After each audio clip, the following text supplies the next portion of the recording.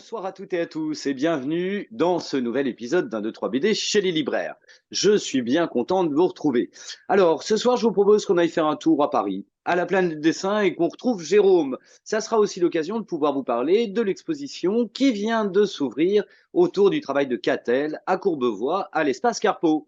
Allez, on va rejoindre Jérôme. Salut Jérôme. Hello Christophe. Bon, c'est l'été, la Planète des Dessins, t'as sorti les chemises. Mais oui, j'ai sorti les chemises, mais c'est pas l'été pour tout le monde, puisque lui, il est plutôt en hiver. Alors lui, c'est Zaroff. Zaroff. Oui. Alors c'est le deuxième titre dans cette collection-là. Hmm. La très belle collection signée chez Le Lombard. Oui. Alors Zaroff, tome 1 avait surpris tout le monde, puisque c'est Hmm. la reprise d'un personnage de cinéma, Les Chasses du comte Zaroff, un film de 1933 qui avait la particularité d'avoir été tourné dans les mêmes décors que King Kong pour des raisons d'optimisation de budget. Les Eh oui, décors de déjà King en Kong 33, dis donc, on utilisés, optimisait les budgets. c'est très malin parce que du coup ça coûte pas cher. Les Ouais. décors de King Kong utilisés la journée étaient utilisés la nuit pour tourner l'histoire d'un aristocrate russe pas très recommandable et ni fréquentable. Non, pas très sympathique. Non, Avec qui un drôle de donne la baston. chasse à des gens en leur donnant 1 heure d'avance et ensuite il y va avec son arbalète. Et Mm. là, dans le premier opus, on redécouvre Zaroff, mais vieilli, à qui la fille d'une ancienne victime s'est entraînée toute sa vie pour inverser les rôles et lui donner la chasse à son tour. Mm.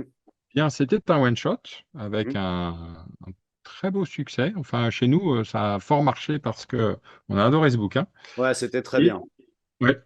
Et le deuxième nous surprend tout autant. Mm. Alors cette fois-ci, Zaroff, qui est toujours aussi peu fréquentable, est recruté par la CIA Mm. pour, en 1941, intervenir en Russie dans une affaire impliquant une scientifique qui bosse sur la bombe atomique. Atomique. Mm.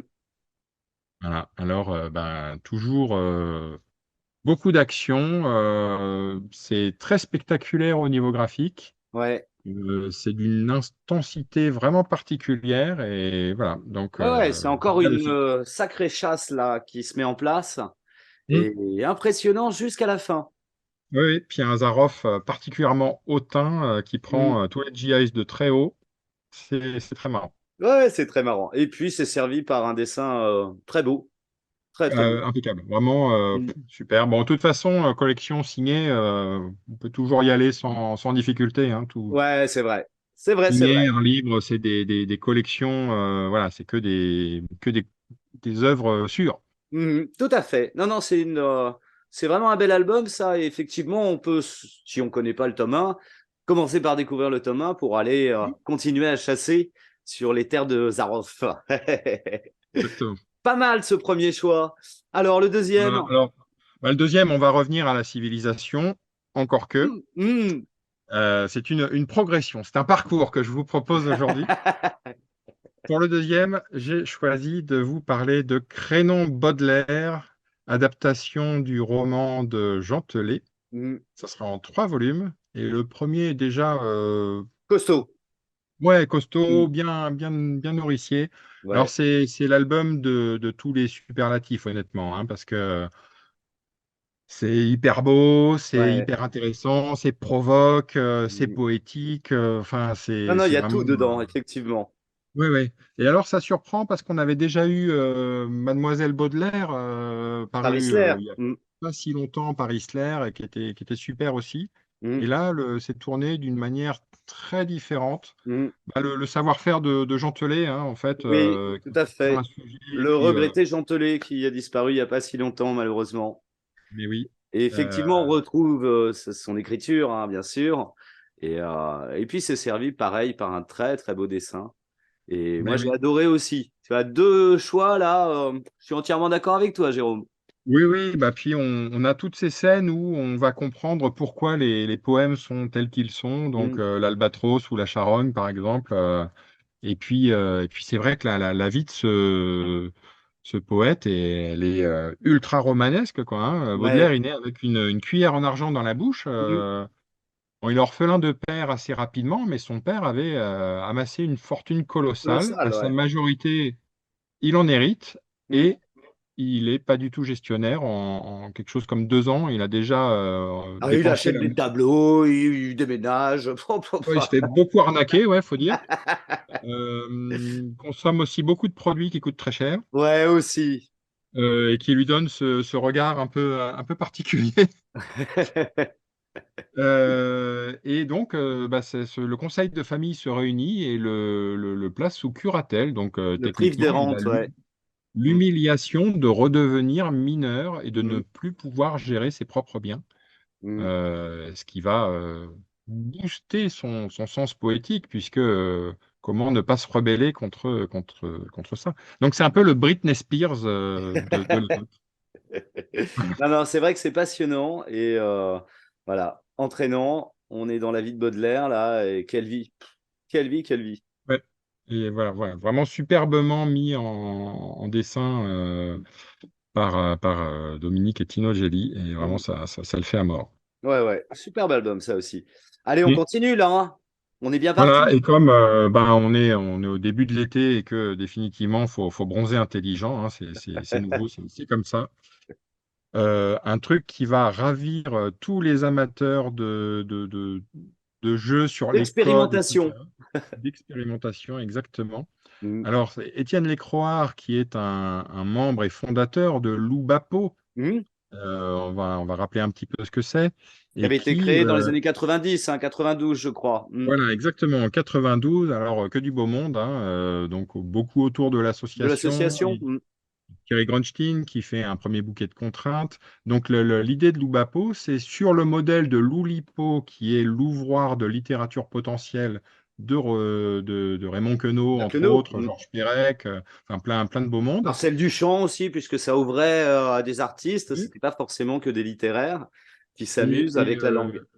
voilà, il s'amuse avec la langue en se fixant des contraintes. Alors, c'est le cadavre exquis, c'est plein de choses comme ça. Et l'idée, c'est de construire le laboratoire, le labyrinthe Mm. dont on essaye soi-même de s'enfuir ensuite en utilisant ces contraintes. Alors, Étienne Lécroire, toute sa carrière est oubapienne parce qu'il a fait des bandes dessinées, par exemple, qui sont des palindromes Mm. dans ces bandes dessinées-là. Par exemple, la première case et la dernière sont la même, la deuxième et l'avant-dernière, la troisième et l'avant-avant-dernière. Et puis, quand on passe un certain axe dans le livre, alors le livre s'appelle Cercle vicieux en plus, hein. Mm. Donc, c'est Mm. absolument génial, même le titre. Eh bien, tous les textes réagencés à l'envers deviennent graveleux. Donc, c'est bien un cercle et il est effectivement vicieux. Vicieux. Mm. Et tous ces livres sont comme ça et obéissent à des contraintes un peu particulières. Mm.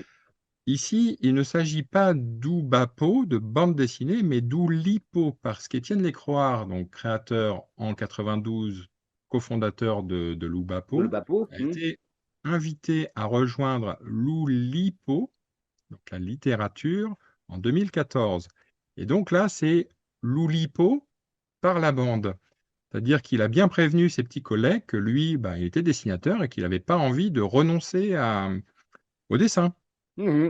Mais c'est quand même bien différent de ce qu'il fait pour l'Oubapo ou ses œuvres oubapiennes, parce qu'ici, il y a quand même il y a du dessin et il y a vraiment des contraintes qui sont plus de l'ordre de la littérature. Alors, par exemple, il va s'amuser à faire, c'est exceptionnel, hein. Donc là, on va bien voir Ouais. parce que c'est loin. Donc Mm. il fait des textes en hommage à certaines personnalités et juste l'écart, les espaces qui sont introduits dans le texte permettent de faire un Un portrait des, portrait. des auteurs concernés. Mm. Donc Excellent. ça, c'est des choses surhumaines comme ça, Mm. ou bien il va nous entraîner, il va nous décrire toute une balade sur Raymond Queneau dans Paris, en allant qu'à des étapes qui concernent des mathématiciens ou des scientifiques, parce que Raymond Queneau s'amusait beaucoup avec Mm. les mathématiques aussi. Mm. Donc on a un parcours qui fait, je crois, je vais relire, 165 kilomètres, un sillonné Paris en hommage à Queneau. Donc Super. c'est absolument incroyable. Et puis Une autre contrainte très amusante, c'est ce qu'ils appellent un rallye de logo, de logorée. Mhm. Euh, il s'agit de faire un texte, de composer un texte, et dans le cas d'Étienne Lécroire, des images aussi. Alors normalement, l'idée de la contrainte, c'est de prendre des mots dans un ordre aléatoire et de devoir composer un texte qui utilise chacun de ces mots dans l'ordre choisi. Mhm. Et Étienne Lécroire, pour augmenter un petit peu la difficulté, a décidé, lui, de prendre les mots du dictionnaire. Et donc, il s'agit d'utiliser tous les mots du dictionnaire d'un mot à l'autre et de composer un texte et des images qui fonctionnent de cette façon-là. Par exemple, Génial. on a un couple voilà, qui va aller de la haine à l'harmonie. Ils sont en train de se balader dans un vide-grenier et on assiste à leur dialogue. Alors, par exemple, monsieur dit tout ici me fout la haine. Ça me rend haineux, vraiment, je hais les brocantes. Je ne vois pas ce que tu trouves de si haïssable. À chaque fois que je lève le doigt, c'est Eh que oui, c'est un mot c'est en que c'est rouge, un mot hein, du je rappelle. dictionnaire. Mhm. Regarde ce tableau, paysan haïtien sur le chemin de halage. Ça ne te plaît pas? Berk, je déteste leur halle, leur peau hâlée me donne des hauts le cœur. C'est vrai que tu as la laine chargée. Moi, j'aime bien. Il tire le bateau en plein soleil. Superbe. Et ça continue comme ça sur des pages et ça se Ouais, lit très bien. Et c'est très marrant à lire. Voilà, c'est de l'humour un peu cérébral. ouais, Ok. ouais, mais quel bel exercice. Mais c'est génial. Voilà, Ouais. Étienne Lécroire, c'est formidable. Il faut découvrir absolument cet auteur-là. Formidable. Écoute, c'est encore 3 conseils de lecture qui donnent envie de se précipiter à la planète dessin. J'espère, j'espère. Nous sommes là, nous ne bougeons pas. Bon, toujours des excellents conseils de lecture, mais il n'y a pas que ça, la librairie, la planète dessin. Il y a aussi des rencontres, et notamment demain. Exactement. Demain, nous recevons Cookie Calcaire pour son nouveau livre qui s'appelle Les jeux vidéo et nos enfants. Alors, Cookie Calcaire, on l'avait déjà reçu il y a un petit moment. Hmm, C'était pour Pénis de table, dans lequel sept hommes hmm. d'orientation variée, de profils différents, discutent librement de sexualité autour de la table. Et en fait, c'est témoignage assez rare. Ouais, ouais, c'était Et, assez étonnant, ouais. effectivement. Ça, c'est sorti il y a un petit moment. Oui, il y a quelques années. Et là, il s'intéresse aux jeux Euh, vidéo. la nouveauté, les jeux vidéo et nos enfants. Il se trouve que Cookie Calcaire est aussi graphiste, intervient dans la chaîne du jeu vidéo. Ça a été un joueur frénétique toute son enfance.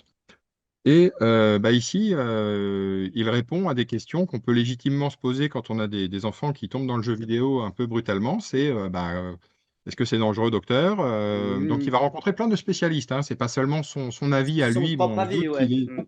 on se doute qu'il est un peu favorable au jeu vidéo Eh oui. lui-même, vu son profil.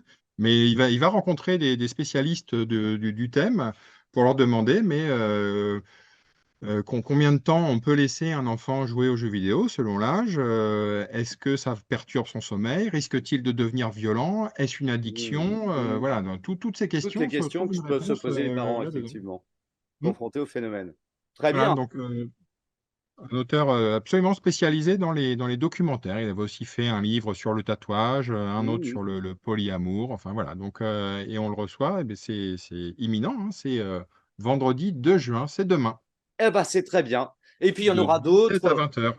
Il y en aura d'autres pendant le mois de juin. Il suffit d'aller voir sur le site de la Planète Dessin Exactement, on a et tout sur un Facebook. programme, c'est magnifique.